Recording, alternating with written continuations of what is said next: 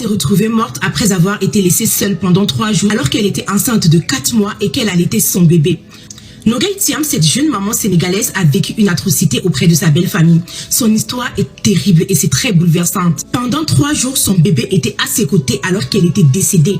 Il pleurait sans cesse, il était affamé, il était apeuré. Et personne n'a pris la peine de monter vérifier. Ni sa belle famille avec qui elle vivait, ni ceux qui ont entendu les pleurs du bébé. Elle vivait déjà dans un environnement difficile, avec une belle famille dont elle disait elle-même qu'elle ne s'y sentait pas en sécurité. Un audio qui circule aujourd'hui montre qu'elle avait alerté les siens, qu'elle n'allait pas bien, qu'elle n'était pas heureuse, qu'elle était maltraitée dans cette belle famille. Malgré tout, elle est restée dans ce mariage jusqu'à ce que le pire arrive. 3 jours où personne ne s'est demandé où elle était, 3 jours où son bébé est resté à côté du corps de sa mère, sans nourriture, sans eau, sans aucun secours.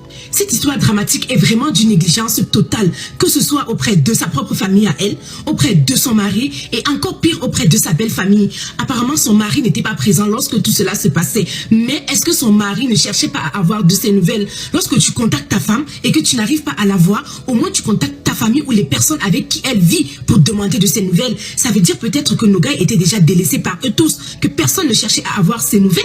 Insoutenable, peu importe les conflits, peu importe les tensions, quand un enfant pleure, on vérifie.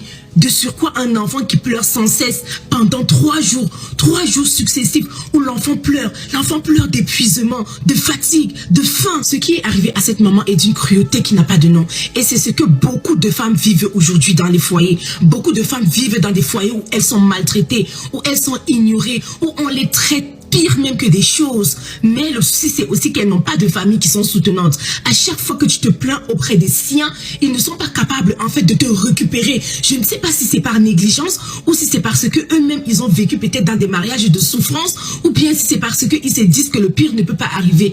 On ne s'attend jamais où est-ce que le pire peut arriver. Ton enfant que tu as nourri, ton enfant que tu as porté dans ton ventre, ton enfant que tu as élevé, se marie, si ça ne se passe pas bien dans le mariage, récupère l'enfant. C'est terrible, c'est vraiment d'une cruauté qui n'a pas de nom. J'espère vraiment que le Sénégal ne laissera pas cette histoire passer comme ça et que justice lui sera rendue. Que son âme repose en paix.